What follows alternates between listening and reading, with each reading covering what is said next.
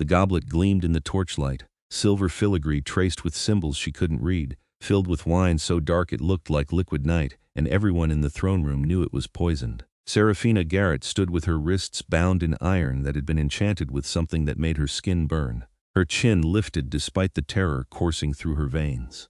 She'd been dragged from her apartment 3 nights ago by creatures she'd thought existed only in folklore and nightmares, thrown into a windowless cell beneath what appeared to be an impossibly grand castle hidden somewhere beneath New York City, and told she would serve as a political pawn in negotiations she didn't understand. Now she stood before him. Vladrik Corvus, the Vampire King. He sat on a throne carved from obsidian that seemed to drink the light around it. His appearance so otherworldly it made her breath catch despite her fear. White hair fell past his shoulders like spun moonlight, contrasting sharply against skin pale as fresh snow. His eyes were crimson actually, genuinely crimson, and they fixed on her with an intensity that made her feel like prey. He wore black velvet and leather that looked both medieval and perfectly tailored to his powerful frame, rings glittering on long fingers that drummed once against the armrest. Beautiful, terrifying, absolutely inhuman. "The negotiations have stalled," said the vampire to his left. A woman with the same ethereal coloring and a gown that belonged in a museum. Lady Morgathia Seraphina had heard her called. "The Northern Court sent the wine as a gesture of peace, but we have reason to believe Constantine's faction may have tampered with it. They know this treaty threatens their power base. Then we shall not drink it," Vladrik said, his voice like dark honey and winter frost combined, carrying an accent that belonged to no single place in time. "Send it back with our regards. They will take it as an insult." Another vampire interjected, this one male with a scar across his pale throat. "They already claim you show them disrespect by delaying. They show me disrespect by potentially sending poison to my hall." Vladrik's eyes flashed with something ancient and dangerous. "I am king of this realm, I bow to no one." "Then test it," Morgathia suggested smoothly. "Use the human girl. If she survives, the wine is safe. If not," she shrugged one elegant shoulder, "she's mortal, replaceable." Seraphina's stomach dropped, the room seemed to tilt. "No," Vladrik said flatly. Morgathia blinked, clearly surprised. "Your Majesty, she was brought here specifically for such purposes. Her blood type is common, her family has no political connections." I said no. The finality in his tone made several vampires step back. Seraphina watched the king rise from his throne, moving with a grace that seemed to defy physics. He was tall, well over 6 feet, and commanded the space around him like gravity itself bent to his will. "You would risk insult over a human?" Morgathia pressed, though her voice had grown cautious. "I would risk nothing. I choose what happens in my court." Vladrik descended the dais steps, his boots silent on the marble floor. "The girl stays untouched." "Then how do we resolve this?" the scarred vampire demanded. "The Northern Court awaits our response. If we refuse the wine without cause, we give them justification for offense. If we drink it and it's poisoned, we show weakness or die. If we test it on anyone of importance and they die, we've lost valuable members of court." The silence that followed felt heavy with invisible tensions Seraphina didn't understand. Vampire politics, she was learning, were a labyrinth of pride and power plays that made human diplomacy look simple. She didn't think. She just spoke. "I'll drink it." Every eye in the room turned to her. The weight of those crimson gazes, dozens of them, nearly drove her to her knees, but she forced herself to stay upright. Vladrik's expression was unreadable. "What did you say?" Her bound hands trembled, but she swallowed her fear. "I'll drink the wine. If it's poisoned, you'll know. If it's not, you can proceed with your negotiations without insult." She paused, then added with more bravery than she felt, "But I want something in return." A ripple of shock moved through the assembled vampires. Apparently humans didn't make demands here. Vladrik moved toward her with that impossible speed, crossing 20 feet in the space of a heartbeat. Suddenly he was there, towering over her, close enough that she could feel the cold radiating from his body. No warmth, no breath, nothing human at all. "You bargain with me?" His voice was soft, dangerous. "I have nothing left to lose," Seraphina said, meeting those crimson eyes even though everything in her screamed to look away. "You've already taken me from my life. The worst thing that happens is I die. So yes, if I'm going to potentially die for your politics, I want something." For a long moment he simply stared at her. Then, unexpectedly, the corner of his mouth lifted in something that wasn't quite a smile but held a trace of what might have been approval. "What do you want, mortal girl? If I survive, you let me go. You return me to my world, erase whatever memories need erasing from anyone who might ask questions. And you never take me or anyone I love again, and if you die, then it doesn't matter." Vladrik studied her face like he was reading a text in a language only he understood. "You realize the poison, if there is poison, could be quite painful. Vampires brew toxins that would make a mortal's death agonizing." "I realize that. You would still drink?" Seraphina thought of her younger sister, safe in Boston, unaware that monsters were real. She thought of her mother, her friends, everyone living ordinary lives in the world above. If she died here, at least she died meaning something. At least there was a chance this act might secure her freedom if she lived. Yes. Something shifted in Vladrik's expression, something almost like fascination. He turned to the scarred vampire. "Unchain her. Constantine, your majesty now." The vampire moved forward reluctantly, producing a key that glowed with the same eerie light as her bonds. The moment the iron fell away, Seraphina gasped in relief as the burning stopped. Her wrists were raw and red. Vladrik's eyes dropped to the wounds and his jaw tightened. "Who enchanted those chains?"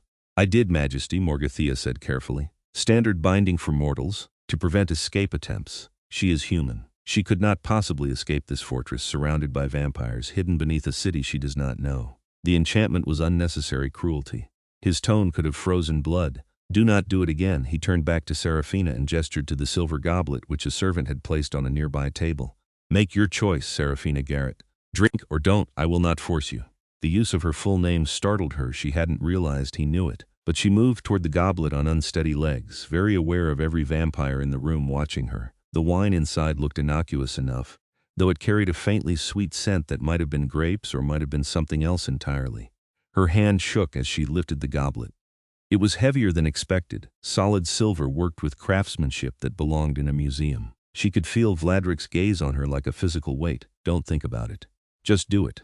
Seraphina raised the goblet to her lips and drank. The wine was thick sweet, with an aftertaste that reminded her of copper and nightshade.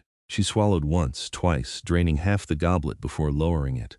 The room remained utterly silent for several heartbeats. Nothing happened, then the pain hit.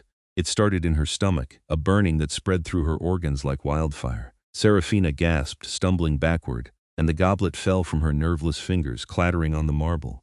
She heard voices sharp, urgent, but couldn't make out words over the roaring in her ears. Her knees gave out, strong arms caught her before she hit the ground. Cold arms, impossibly strong.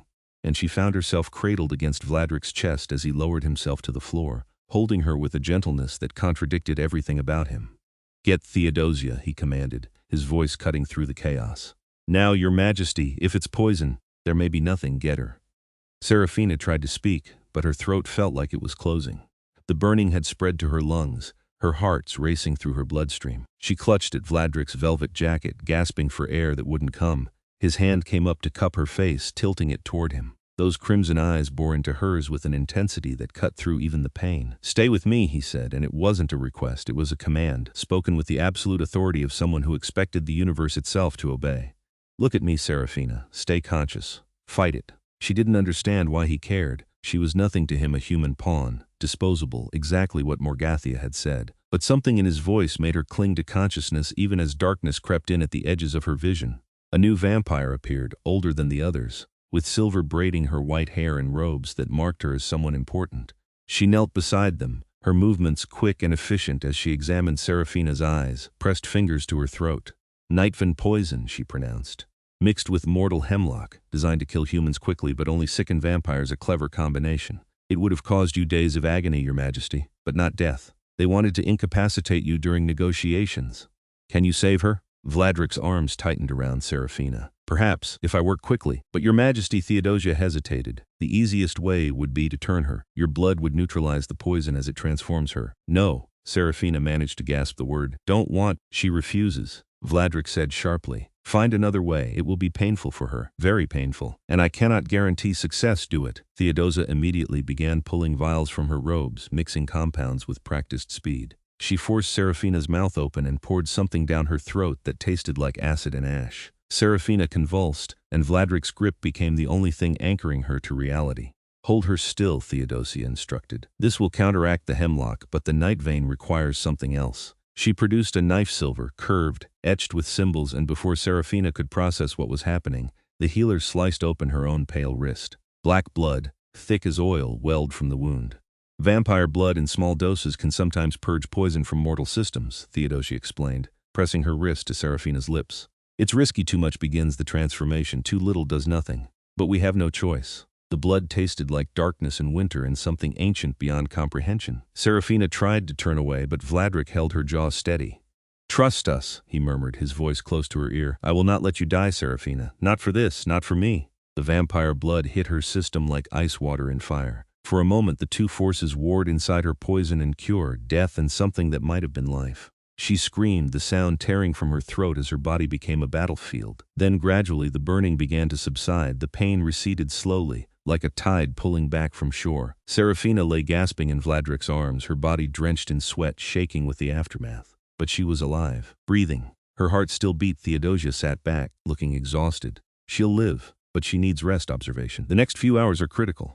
Vladrik stood in one fluid motion, lifting Seraphina as if she weighed nothing. Prepare a room in the royal wing. Post guards. No one enters without my permission. Your Majesty, Morgathia protested. Surely she should be kept in the mortal quarters. Are you questioning me, Morgathia? The female vampire immediately bowed her head. No, Your Majesty. Good. Because I find myself wondering who informed the Northern Court that we had a mortal captive suitable for testing poisons. His eyes swept the room and several vampires stepped back. I find myself wondering who might benefit from this particular sequence of events. You suspect treachery within your own court, Constantine demanded. I suspect many things, and I will uncover the truth. Vladrik's voice dropped to something dangerous. But first I will ensure this mortal's safety. She drank poison meant for me without flinching. She showed more courage than half this court. Whatever else happens, she has earned my protection. He carried Seraphina from the throne room, moving through corridors of impossible grandeur, marble and onyx, tapestries that belonged in palaces, chandeliers dripping crystal. She caught glimpses of Gothic architecture blended with modern technology, security systems integrated into medieval stonework, a fortress that existed in multiple time periods at once. Why? She managed to whisper. Vladrik glanced down at her. Why what? Why do you care? I'm human, disposable. You are many things, Seraphina Garrett. Disposable is not one of them. He shouldered open a door into a bedroom that took her breath away. Four-poster bed with midnight silk sheets. Walls hung with art she recognized from textbooks. Windows that showed not outside but some kind of illusion of a nighttime garden. You put yourself between me and poison. Whether you realized it or not, that wine was meant to incapacitate me during crucial negotiations. You may have just prevented a war. I just wanted to go home, she admitted. Something flickered across his face. I know. He laid her on the bed with surprising gentleness, pulling velvet blankets over her trembling form. A vampire servant appeared, a young-looking male with the same pale features, carrying a tray with water and what looked like medical supplies. Tend her wounds, Vladrik instructed. Anything she needs you provide. She is under my personal protection now. Spread the word, yes. Your Majesty. Vladrik turned to leave, but Seraphina's voice stopped him. Will you keep your word? If I survived and I did, do I get to go home? He paused in the doorway, his back to her, white hair gleaming in the low light. We made a bargain, you and I always keep my word. He looked back over his shoulder, crimson eyes unreadable. But there are complications now. You've been exposed to vampire blood. You've seen our world, our secrets. And someone in my court clearly wants to use you for their own purposes. Sending you back immediately would put you in danger. So I'm still a prisoner. You are under my protection. There is a difference. He studied her for a long moment. Rest, Seraphina, recover, and then we will talk about what comes next. He left, the door closing with a soft click. The servant began gently cleaning the burns on her wrists, applying salve that immediately soothed the pain. Seraphina lay back against pillows softer than clouds. Her mind racing despite her exhaustion. She'd drunk poison for a vampire king. She'd survived. And somehow she'd caught the attention of a creature who could crush her without effort, but had instead held her like she was precious. Nothing made sense. But as sleep pulled her under, her last thought was of crimson eyes and a voice that had commanded her to live and how her body had obeyed. Seraphina woke to darkness and the disorienting sensation of not knowing where she was. For a moment, panic seized her, then memory crashed back. Vampires, castle, poison, the Vampire King. She sat up slowly, relieved to find the pain had mostly faded. Her wrists were bandaged with what felt like silk, and someone had changed her clothes. She now wore a nightgown of deep blue fabric that felt like water against her skin. Expensive. Everything here was expensive. The room was lit by low firelight from a hearth she hadn't noticed before. As her eyes adjusted, she saw a figure seated in a chair near the fire. Vladrik. He sat with one leg crossed over the other, a book in his hands, looking like something from a painting. He'd removed the formal jacket and wore only a black shirt, sleeves rolled to his elbows, revealing forearms that were surprisingly muscular for someone who looked so elegant. His white hair was tied back loosely, and in the firelight he looked almost peaceful. Then his eyes lifted to hers, and peaceful was not the word. Predatory, ancient, otherworldly. How long was I asleep, she asked, her voice rough. 20 hours. He set the book aside. Theodosia checked on you several times. She says you're healing remarkably well. 20 hours. Seraphina's mind reeled. My job, my apartment people will be looking for me, already handled. Your employer believes you've taken emergency family leave. Your landlord has been paid through next month. Your friends received messages saying you went to visit your sick mother. He said it so matter-of-factly, like casually controlling her entire life was perfectly normal. You can't just I did. It was necessary. Vladrik stood, moving to pour something from a crystal decanter on a nearby table. He brought her a glass of water. Drink, you need to stay hydrated after the purging. Seraphina took the glass warily. Is it poisoned? If I wanted you dead, Seraphina, there are far simpler methods than poison. But his tone held a trace of dark amusement. It's water. Nothing more. She drank, and it was indeed just water, cold and pure, and probably from some mountain spring vampires owned. When she finished, Vladrik took the glass and set it aside, then surprised her by sitting on the edge of the bed close, too close. She could smell him now, something like winter rain and old libraries and smoke from fires that burned centuries ago. We need to talk, he said. About what? About why you're really here, about what happens next. His crimson eyes studied her face. Do you know anything about vampire politics, Seraphina? Only what I've picked up from being kidnapped and threatened. The corner of his mouth twitched. Then let me educate you. I rule the Eastern Realm, everything from the Atlantic to the Mississippi, beneath the cities and beyond. But my authority is constantly challenged. The Northern Court, led by High Lord Constantine, wants to expand their territory. The Western Covens want independence. The Southern bloodlines want to return to the old ways when vampires didn't hide from humans. What do you want? She asked. The question seemed to surprise him. Peace, stability, a world where my kind can exist without constant warfare or exposure to your kind. He paused. I was born in a time when vampires ruled openly and humans lived in terror. I have seen what that world looks like. It benefits no one. How old are you? Old enough that I've forgotten more history than your species has recorded. He leaned back slightly. The wine was sent by Constantine as part of treaty negotiations. He wants access to the coastal territories in exchange for supporting my rule against the southern challenges. But someone poisoned it, either Constantine himself testing my vulnerability, or someone in my own court who wants to sabotage the negotiations. Why does any of this involve me? Because you did something unexpected. You volunteered to drink potential poison to save someone you don't know, someone who is technically your captor. That kind of courage is rare. His eyes darkened. And it means you've become valuable in ways you don't understand. My enemies will see you as a tool to be used against me. My allies will see you as a curiosity. Everyone will want to know why I've placed you under royal protection. Why did you? Seraphina demanded. You could have let me die. You could have let your healer turn me into a vampire. Why go to the effort of saving me as a human?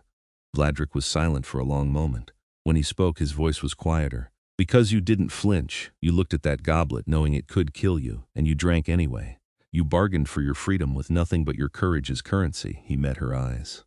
I have lived for over 1,000 years, Seraphina. I have seen empires rise and fall. I have watched humans accomplish extraordinary and terrible things. But it has been a very long time since anyone surprised me. I surprise you? Endlessly.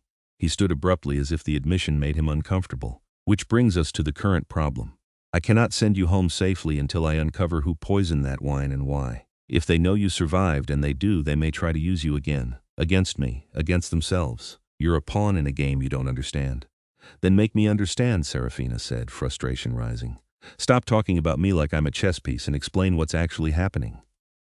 Vladrik turned to face her fully, and for the first time she saw something almost like respect in his expression. Very well. Constantine wants power. He's been consolidating support among the northern territories for decades, building an alliance that could challenge my rule. The treaty he offered was suspicious from the start, too generous, too many concessions on his part. I believe it was a trap, the poison.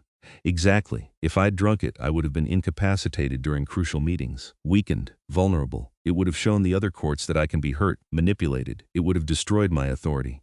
He began pacing, restless energy contained in that powerful frame. But you drank it instead. You, a human, survived vampire poison through sheer will and Theodosia's skill. Now the story spreading through the vampire world isn't about my weakness, it's about the mortal who drank poison for me and lived. Seraphina processed this. So I accidentally became, what, your symbol? Something like that. Vladrik stopped pacing. And Constantine will want to eliminate you for it. He'll see you as evidence of his failure, a loose end to tie up. Others will want to capture you, study how you survived. Some will want to turn you, thinking a vampire who survived night fiend poison might be particularly powerful. His jaw tightened. You're in more danger now than when you were simply a hostage. Great, fantastic. Seraphina threw back the covers and stood, needing to move despite her lingering weakness. So what do I do? Hide in this room forever? No. Vladrik watched her pace. You stay close to me. You learn our ways. You become valuable enough that harming you would cost my enemies more than they'd gain." He paused. "And you help me uncover who the traitor in my court is." She stopped, turning to stare at him. "You want me to spy for you? I want you to survive. Helping me ensures that." He moved closer, and again she was struck by how he could be so still and yet radiate such power. "I will teach you what you need to know. I will protect you with everything I have. In return, you will help me navigate this crisis. You see things differently than vampires do. That perspective may prove valuable. And then, when it's safe, I will honor our bargain. You'll go home." Seraphina searched his face for deception and found none, but also found something else. Intensity, focus. Like she'd become important to him in a way that went beyond politics. "Why do I feel like you're not telling me everything?" she asked quietly. Vladrik's expression shifted, became almost rueful. "Because I'm not. But some things you're not ready to hear." Before she could press, he changed the subject. "You must be hungry. I'll have food brought. And clothes you'll need appropriate attire for court. I'm hosting a gathering tomorrow night. All the major houses will be represented. You'll attend as my guest. Are you insane? You just said I'm in danger. You're safest at my side in public, where harming you would be an open declaration of war." His voice held absolute certainty. "Trust me, Seraphina, I will not let anything happen to you." There it was again, that command, that absolute conviction. And despite everything, despite her fear and confusion, Seraphina found herself believing him. "Fine," she said, "but I want weapons." Vladrik's eyebrows rose. "Weapons? If I'm walking into a nest of vampires who might want me dead, I want to be able to defend myself." To her surprise, he smiled a real smile, not the careful political expressions she'd seen before. It transformed his face, made him look younger, less ancient. "I can arrange that. Do you know how to fight?" "I took self-defense classes in college. I doubt they covered vampire combat." "No, but the principles are the same. I'll assign you a trainer." He moved to the door, then paused. "Get some rest, Seraphina. Tomorrow will be challenging." After he left, Seraphina sank back onto the bed, her mind spinning. She'd gone from office worker to vampire world pawn to the Vampire King's protected guest in less than 48 hours. Nothing made sense, but she was alive, and she'd be damned if she'd become helpless in this nightmare. The next evening, Seraphina discovered what appropriate attire for court meant in the vampire world.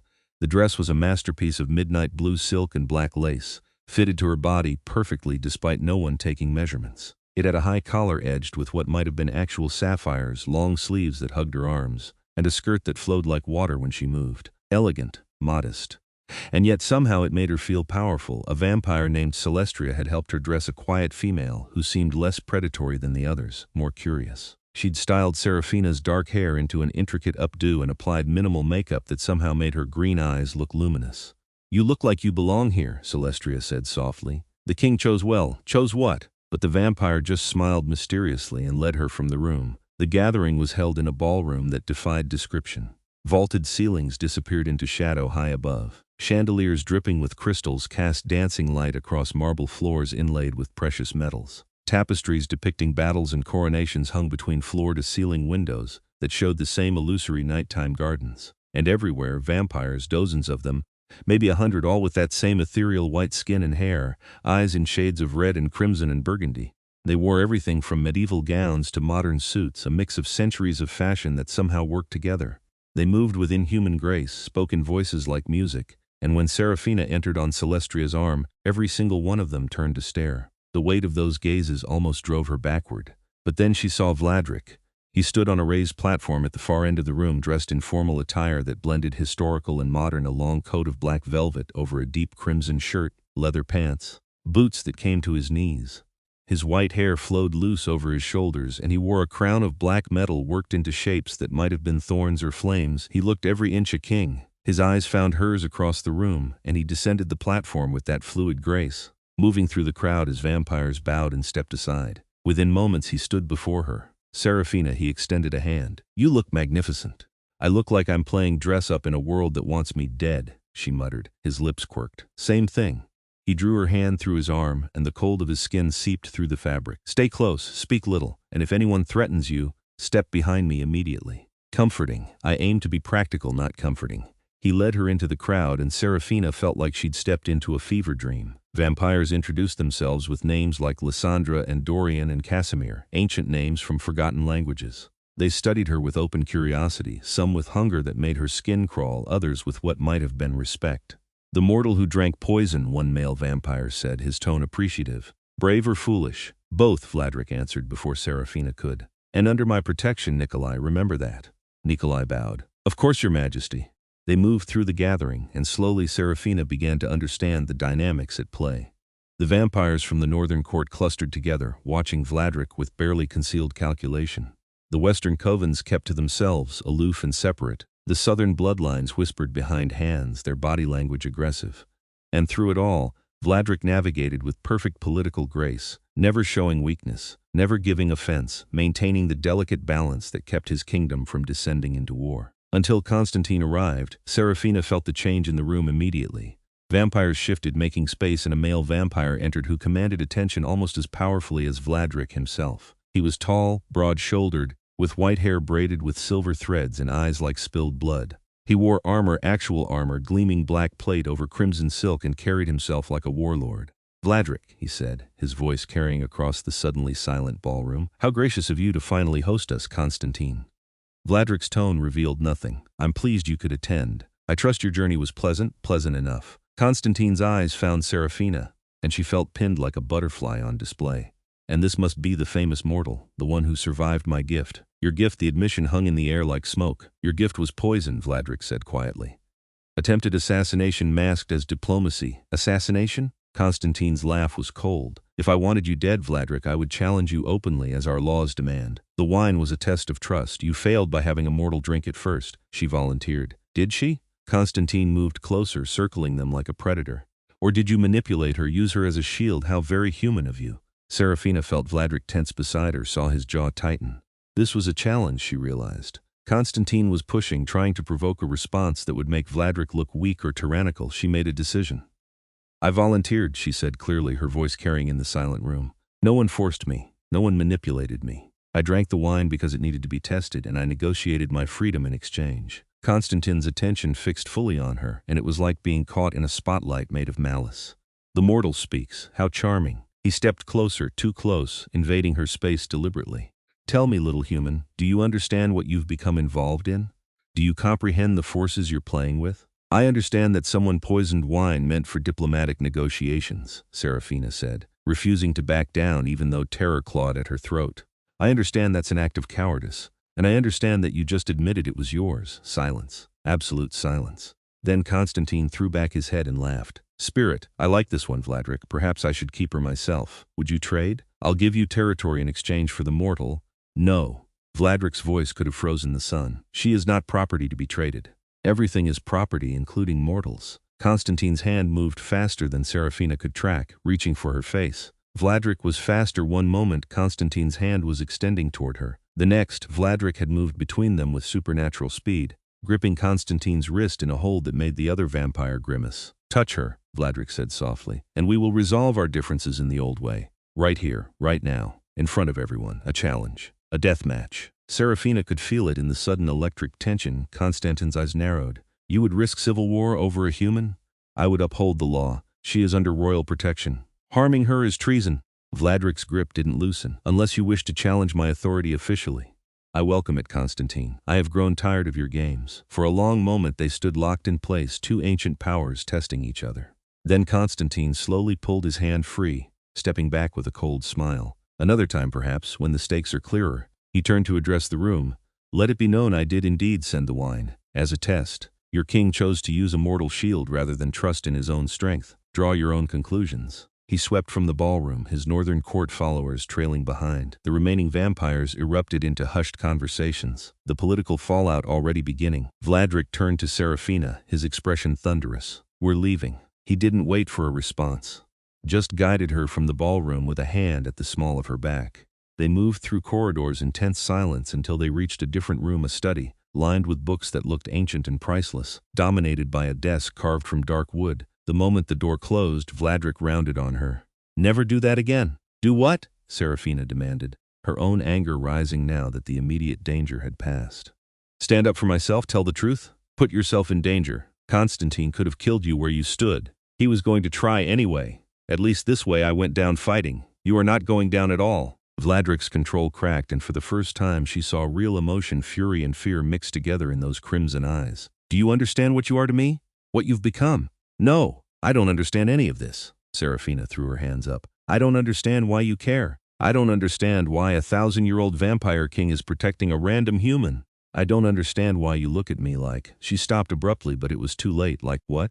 Vladrik moved closer and suddenly the air felt charged. "Like I matter," she whispered. He went very still. "You do matter." "Why?" For a long moment he didn't answer. Then, "Because when you drank that poison, something in me that I thought had died centuries ago woke up again. Because you looked at me without fear even when you should have been terrified. Because you are brave and stubborn and infuriating, and I have not felt this alive in—" He stopped, seeming to struggle for words. "I don't know how to explain it." "Try," Seraphina said, her heart pounding. Vladrik reached up slowly, giving her time to pull away, and cupped her face with one cold hand. "Vampires don't love easily, Seraphina. We can't. We're dead things. Animated by magic and blood, we feel hunger, ambition, loyalty, but love, true love, it's rare, precious, and dangerous, because it gives your enemies a weapon against you. Are you saying?" "I'm saying that somewhere between watching you drink poison and holding you while you fought for your life, you became important to me in ways I cannot afford." His thumb brushed her cheek. "I'm saying that I should send you away for your own safety, but the thought of you leaving makes me want to burn the world down." Seraphina's breath caught. "You barely know me. I know enough. I know you're brave enough to face death for strangers. I know you demand respect instead of cowering. I know that when I hold you, something in me feels right for the first time in centuries." His expression turned almost helpless. "I know that I am being selfish keeping you here, but I cannot seem to let you go, Vladrik." She didn't know what to say. This terrifying, powerful creature was looking at her like she held his entire world in her hands. "Tell me to stop," he said quietly. "Tell me you feel nothing, and I will honor our bargain. I will send you home, protected and safe, and I will never disturb your life again." She should say it. She should demand her freedom, her normal life, escape from this nightmare world of politics and poison and immortal beings. But when she opened her mouth, different words came out. "What if I don't want you to stop?" Something blazed in his crimson eyes, hope and hunger and desperate longing all mixed together. "Then I will move heaven and earth to keep you safe. I will destroy anyone who threatens you. I will give you everything I have." His voice dropped. "But you must understand, if you stay, if you become mine, you will be a target. My enemies will try to use you against me. Your life will be in constant danger, as opposed to now, when I'm perfectly safe," she asked dryly. Despite everything, he almost smiled. Fair point. Seraphina made her decision. Maybe it was reckless. Maybe it was insane. But she'd drunk poison for this vampire, and he'd held her through agony, and something between them felt inevitable. She rose on her toes and kissed him. For a heartbeat, Vladrik went absolutely still, frozen in shock. Then his arms came around her, pulling her close, and he kissed her back with an intensity that stole her breath. His lips were cold. His body was cold. Everything about him was the opposite of human warmth, but the emotion in that kiss burned hotter than any fire. It was desperate and careful at the same time. Like he was trying to memorize her. Like she might disappear if he let go. When they finally broke apart, both breathless, or at least, Seraphina was breathless. Vladrik didn't need to breathe. He rested his forehead against hers. "You are going to be the death of me," he murmured. "You're already dead, then you'll be the death of what remains." Seraphina laughed, surprising herself, and felt some of the tension drain away. "So what happens now?" "Now?" Vladrik pulled back enough to meet her eyes. "Now we navigate this together. I teach you how to survive in my world. You help me uncover the traitors. We protect each other." He hesitated. "And we see where this goes. This, whatever is happening between us. This connection." His hand found hers, threading their fingers together. "I don't have a name for it, but I want to explore it if you'll let me." Seraphina squeezed his cold hand. "I must be crazy, undoubtedly. But then I'm falling for a mortal who drank poison without flinching. We're both mad." She smiled. "It's a deal." What followed were weeks that felt like living in a dream or occasionally a nightmare. Vladrik assigned her a personal guard, a vampire named Silas who took his duty with grim seriousness and taught her how to fight. Not human fighting, vampire fighting. How to use speed against strength, how to exploit weaknesses in immortal bodies, where to strike to cause maximum damage. She trained for hours each day, returning to her rooms exhausted and bruised but stronger. More confident, Theodosia taught her about vampire biology, explaining the intricacies of their society, the laws that govern them, the ancient codes of honor. Seraphina learned that vampires healed almost anything except decapitation or sunlight. She learned that they organized in rigid hierarchies based on age and power. She learned that Vladrik was not just old but ancient, one of the first turned, carrying bloodline magic that made him nearly impossible to kill. And she learned about the growing crisis. Constantine's accusation had spread through the vampire world. Vladrik's enemies were using Seraphina's existence as proof of weakness, claiming he hid behind mortals, that he'd lost his edge. The southern bloodlines were becoming more aggressive in their challenges. The Western covens had withdrawn their support. Declaring neutrality, the kingdom was fracturing. "They're forcing your hand," Seraphina said one night, studying the maps and reports spread across Vladrik's desk.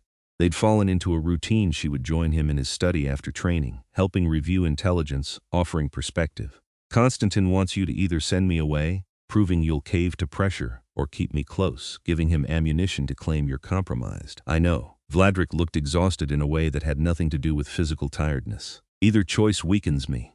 Then we choose a third option." "Which is?" Seraphina met his eyes. "We expose the real conspiracy." Constantine admitted to the poisoned wine, but he claimed it was a test, not assassination. "What if he's telling the truth? What if someone else wanted you dead and used his test as cover?" Vladrik went still. "You think there's another player? Think about it. Constantine is arrogant, but he's not stupid. If he wanted you dead, why use poison that would only incapacitate you, not kill you? Why not just challenge you openly?" She pointed to the reports. "But someone in your court has been feeding information to your enemies. Someone knew about the wine, knew about the treaty negotiations. Someone is playing both sides. You think the traitor is someone close to me. I think the traitor is close enough to know your weaknesses and smart enough to use Constantine as a distraction." Vladrik studied her for a long moment, then moved around the desk to pull her from her chair. He wrapped his arms around her, holding her close, and she felt him press a kiss to the top of her head. "You are brilliant," he murmured, "and I am exceedingly grateful you walked into my life. Technically, I was dragged into your life." Details. Over the following days, they worked together to identify the traitor. It was delicate work, too obvious, and they'd alert their target. Too slow, and the kingdom might collapse around them. Seraphina suggested something radical, using herself as bait. "Absolutely not," Vladrik said flatly when she proposed it. "Listen to me. Whoever the traitor is, they want to destabilize you. What better way than to make it look like I betrayed you, or was captured, or killed?" She leaned forward urgently. "We let word slip that I have information about the poison, that I'm planning to leave, that I've become a liability. See who tries to make a move. And when they come for you, you'll be there. Silas will be there. We'll catch them in the act." It took days of arguing, but finally, Vladrik agreed on the condition that she was never actually at risk. They would stage everything, control every variable. They spread the rumor carefully. Seraphina had discovered something about the poisoned wine. She planned to leave the court, return to the human world, potentially expose vampire secrets. She'd become a problem. Then they waited. The attack came on the third night. Seraphina was in her rooms, supposedly packing, actually sitting fully dressed with a silver dagger Vladrik had given her strapped to her thigh. Silas was hidden in the shadows. Vladrik was in the adjacent room, close enough to reach her in seconds. The door opened silently, and a figure slipped inside. Morgathia. Seraphina's heart sank. She'd suspected various vampires, but Morgathia had been at Vladrik's side for centuries, a trusted advisor. The female vampire moved toward the bed, clearly expecting to find Seraphina asleep. Instead, Seraphina spoke from her chair by the fire. "Hello, Morgathia." The vampire spun, hissing, her elegant facade cracking to reveal the predator beneath. "You should be asleep. I was warned you might come." Seraphina stood slowly, hand drifting toward her hidden blade. "Why? What does betraying Vladrik gain you?" "Everything." Morgathia's eyes blazed. "I have served him for 500 years. 500 years of watching him rule, watching him make decisions, watching him grow complacent. He's weak, Seraphina. Weak and sentimental. And you made it worse. By surviving? By making him care!" Morgathia spat. "A vampire king cannot afford attachments, cannot afford to love a mortal. You made him vulnerable, and now everyone sees it. So you poisoned the wine? Tried to kill him?" "I tried to force him to be the king we need. Strong. Ruthless. The poison would have reminded him he's not invincible. Made him strike back against Constantine with real force. Instead, you drank it and he protected you, and now the entire kingdom thinks he's lost his edge." She moved closer. "I can fix this. I kill you, make it look like Constantine's doing, and Vladrik will have to go to war. He'll be forced to be strong again, or he'll be heartbroken and distracted while you make your real move." Morgathia smiled coldly. "That too." She struck with vampire speed, crossing the room in a blur, but Silas was faster, emerging from shadow to intercept her. They collided in a tangle of supernatural movement too fast for Seraphina to track. Then Vladrik was there, materializing in the room like he'd walked through the walls. He grabbed Morgathia by the throat, lifting her off the ground with effortless strength. 500 years, he said quietly, and the pain in his voice cut deeper than any blade. 500 years of loyalty, and you betray me for this?" Morgathia struggled in his grip, hissing. "I did it for you, to make you strong. You did it for power. You thought if I fell, you'd be positioned to take control." His grip tightened. "You miscalculated. Will you kill me?" Morgathia's voice turned mocking despite her position. "Kill your oldest ally? That will surely show your strength." Vladrik's expression turned to stone. No, I'll do something worse. I'll let you live, stripped of rank and power, exiled to the farthest reaches of the kingdom. You'll spend eternity watching me rule successfully with the woman you tried to kill at my side." He threw her aside, where Silas immediately restrained her. "Take her to the exile chambers. Spread the word she's a traitor. Her name is stricken from court records." As Silas dragged Morgathia away, her screaming protests echoing down the hall, Vladrik turned to Seraphina. In 2 strides he pulled her into his arms, holding her so tightly she could barely breathe. "Never again," he said roughly. "Never put yourself at risk like that again. It worked, didn't it? I don't care, I nearly lost you. Do you understand what that would have done to me?" Seraphina pulled back enough to see his face. His careful control had shattered, revealing raw emotion underneath fear, relief, desperate love all mixed together. "I'm okay," she said softly. "I'm right here." He kissed her then, deep and claiming and full of everything he couldn't say. When they finally broke apart, he rested his forehead against hers. "I love you," he said. "I know it's too soon, I know it's impossible, I know everything is working against us. But I love you, Seraphina, completely, eternally." Tears pricked her eyes. "I love you too, and it's terrifying." "Terrifying how?" "Because you're immortal, and I'm not. Because your world is dangerous and mine is ordinary. Because eventually I'll grow old and you won't, and I don't know how we survive that." Vladrik pulled back, his expression serious. "There is a way if you wanted it." She understood immediately. "Transformation. I would never force it, never even ask. But the option exists." His hand came up to cup her face. "You could stay with me forever. We could have eternity together, as a vampire." "As my queen," he said it simply, like it was obvious. "I want you at my side, Seraphina. Not as a consort, not as a protected mortal, but as an equal, as my partner. I want to give you my kingdom, my power, everything I am." Seraphina's mind reeled. That's a massive decision." "I know, which is why I'm not asking you to make it now." He kissed her forehead gently. "Take your time, think about it, and know that whatever you choose, I will love you. If you want to remain human and live out your natural life while I cherish every moment we have, I'll accept that. If you want to transform and stand beside me for centuries, I'll give you that too. And if I want to go back to my old life," pain flashed across his face, but he answered honestly, "then I'll let you go. It would destroy me, but I would do it. Your choice, Seraphina, always your choice." She kissed him softly. "I need time, take all you need." The revelation of Morgathia's betrayal sent shockwaves through the vampire world. Vladrik handled it with perfect political precision, using the exposure to consolidate power, to prove he was neither weak nor blind to threats from within. Constantine withdrew his challenges, clearly reassessing his position now that the internal conspiracy had been revealed. The southern bloodlines quieted their aggression. The western covens tentatively resumed communication. And through it all, Seraphina stayed at Vladrik's side. She learned to navigate vampire politics with growing skill. She became a fixture at court, someone the vampires learned to respect not as a curiosity or a weakness, but as someone who had survived their world and earned her place in it. But the question remained, what did she want? One night, 6 weeks after Morgathia's exile, Seraphina stood in the illusory gardens outside her rooms watching the simulated stars. She heard Vladrik approach. Before she saw him, she'd learned to recognize the way he moved through space. "Couldn't sleep?" he asked, wrapping his arms around her from behind. She leaned back against his chest. "Thinking about?" "Everything this life, my old life, the choice you offered." She turned in his arms. "I called my sister today, used one of the protected phone lines." Vladrik went still. "How is she?" "Good, happy. She's getting engaged to her boyfriend. They're planning a spring wedding." Seraphina smiled. She asked when I'm coming home. "What did you tell her?" "That I'm not sure. That my life has gotten complicated." She reached up to trace the line of his jaw. "She doesn't remember the details of my disappearance. Your memory magic worked. She just thinks I've been on an extended work assignment. Do you want to go to the wedding?" "I do. But I also know that showing up would mean questions I can't answer. It would mean lying to her. It would mean—" She hesitated. "It would mean choosing between worlds. You don't have to choose tonight, don't I?" Seraphina met his crimson eyes. "Because I think I already have." His expression grew guarded, hope and fear warring. "What do you mean?" "I mean that 6 weeks ago I was terrified every moment. This world, these vampires, you, everything was frightening and alien. But somewhere along the way, it stopped feeling foreign." She pressed her hand over his silent heart. "This became home, you became home. And I realized that going back to my old life would feel like exile." "Seraphina, I'm not done." She took a breath. "But I'm also scared. Because transformation means giving up my humanity. It means watching everyone I love age and die while I stay frozen. It means becoming something I don't fully understand." "Then don't transform," Vladrik said immediately. "Stay human. I meant what I said. I'll take whatever time we have. 50 years, 60 if I'm lucky." She shook her head.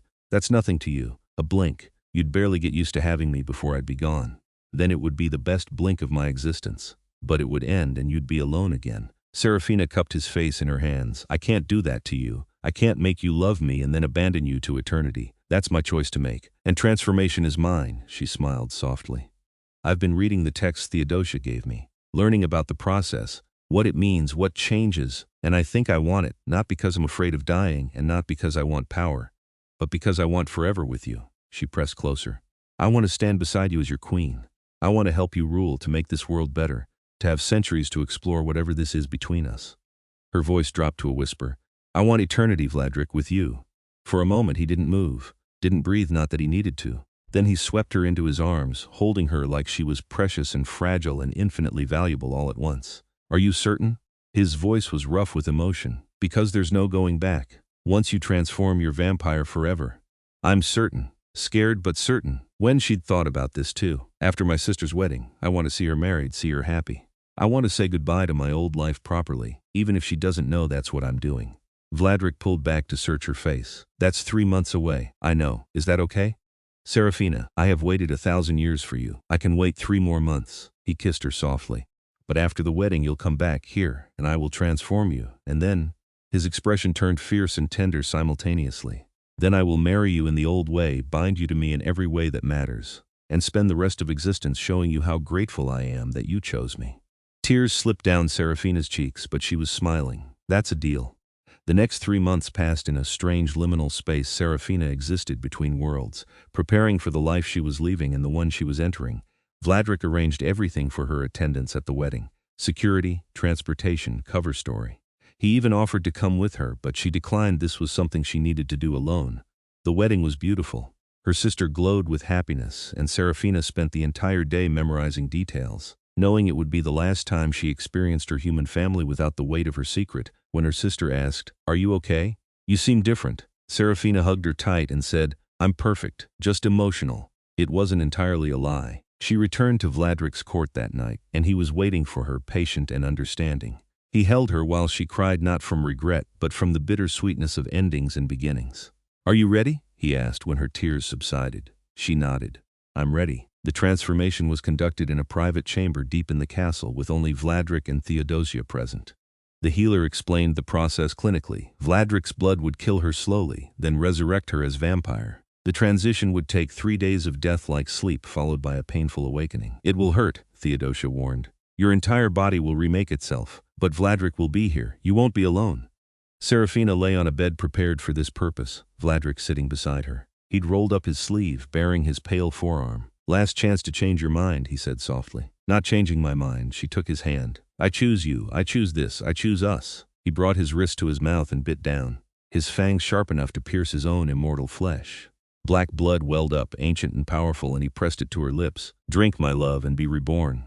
The blood tasted like darkness and eternity and something wild and free.